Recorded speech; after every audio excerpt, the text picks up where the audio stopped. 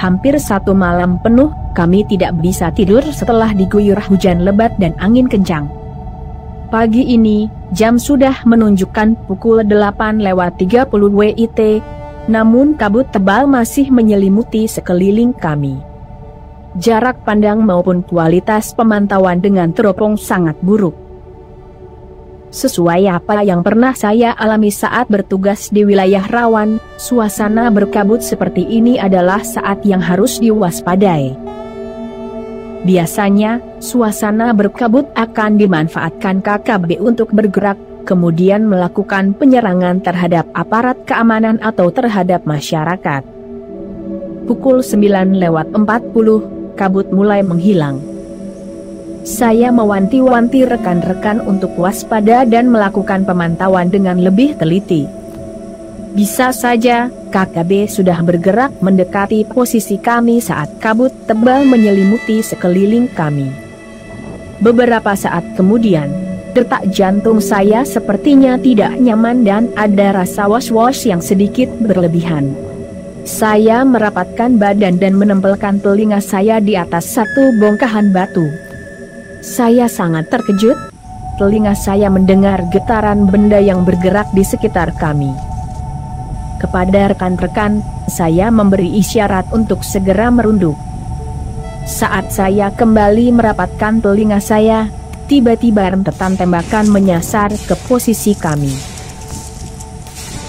Arah datangnya tembakan sepertinya datang dari arah barat, posisi yang sedikit lebih tinggi dari tempat kami berada. Kepada rekan-rekan, saya memberi isyarat untuk merapatkan diri ke dinding perbukitan dan tidak melakukan tembakan balasan jika tidak melihat target dengan jelas. Saya mengarahkan teleskop senapan saya mencari posisi KKB. Ternyata posisi mereka sudah sangat dekat. Mereka sepertinya menyerang sambil bergerak mengitari posisi kami. Saya pun melakukan tembakan terukur. 2 tembakan saya berhasil menyasar 2 benda yang bergerak. Beberapa anggota KKB lainnya mulai memilih untuk menyelamatkan diri. Mereka menghilang ke balik perbukitan. Saat akan melakukan tembakan ketiga, otak saya bekerja. Saya pun mengurungkan tembakan. Kami akan mencoba melakukan serangan dengan target per paket atau diborong sekaligus. Dengan tetap terpantau, kami membiarkan mereka melarikan diri ke dalam hutan yang tidak begitu lebat.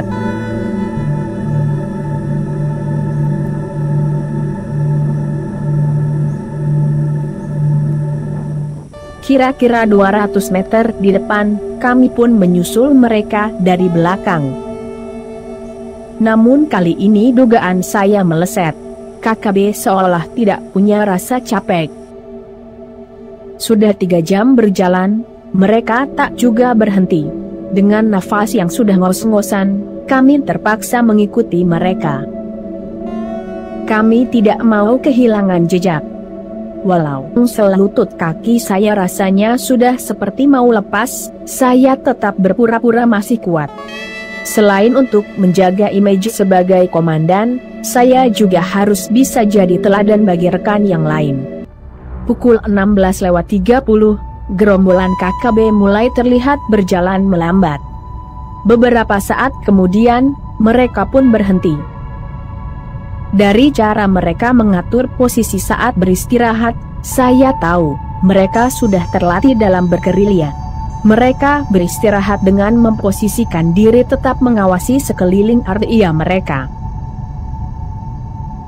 Menjelang malam, mereka bergerak lagi. Saya paham, dalam keadaan gelap, mereka tidak akan bergerak jauh. Dari gerakan tangan mereka saat berbicara, saya tahu, mereka sedang mencari lokasi untuk beristirahat malam ini. Pukul 20:15 malam, kami mulai bergerak mencari lokasi mereka beristirahat. Lagi-lagi dugaan saya meleset. Setengah jam bergerak, tanda-tanda keberadaan mereka tak juga terlihat atau terdengar. Semak-semak yang kami lalui juga semakin lebat. Karena sulitnya bergerak dalam keadaan sangat gelap, saya pun menggunakan teleskop night vision.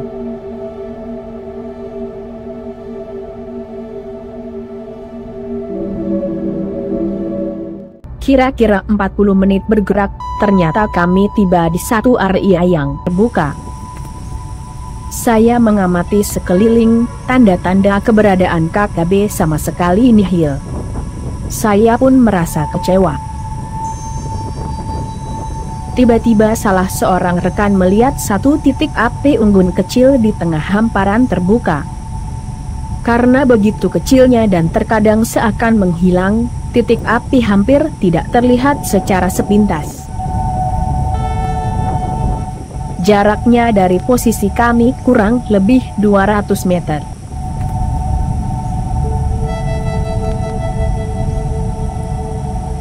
Dengan teropong thermal, saya mencoba mengamati titik api. Benar, sekitar 10 orang lebih anggota KKB berada di dekat titik api.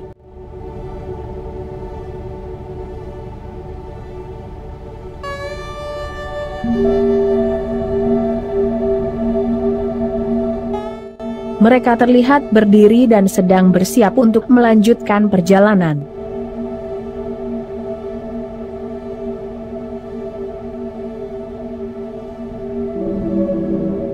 Tidak mau kehilangan target, saya memerintahkan salah seorang rekan spesialis tembakan pelontar granat untuk melakukan eksekusi.